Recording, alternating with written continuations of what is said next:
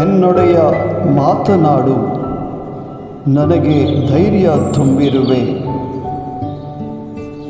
ದಾನಿಯೇಲ ಪ್ರವಾದಿಯ ಗ್ರಂಥ 10ನೇ ಅಧ್ಯಾಯ 19ನೇ ವಚನ.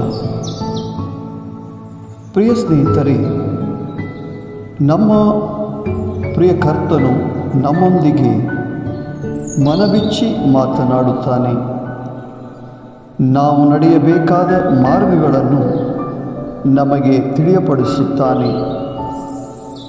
ಆತನ ಸ್ವರವನ್ನು ಕೇಳಲು ನಾವು ಕಾತುರದಿಂದಿರೋಣ.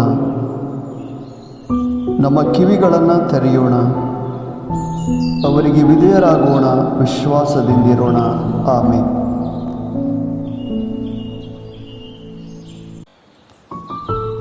मुझो धनी उलो कित्याक तुवे मका घटाई दिलाई. दानियेल प्रवादीचो ग्रंथ 19. आमचो सोडवणदार रक्षक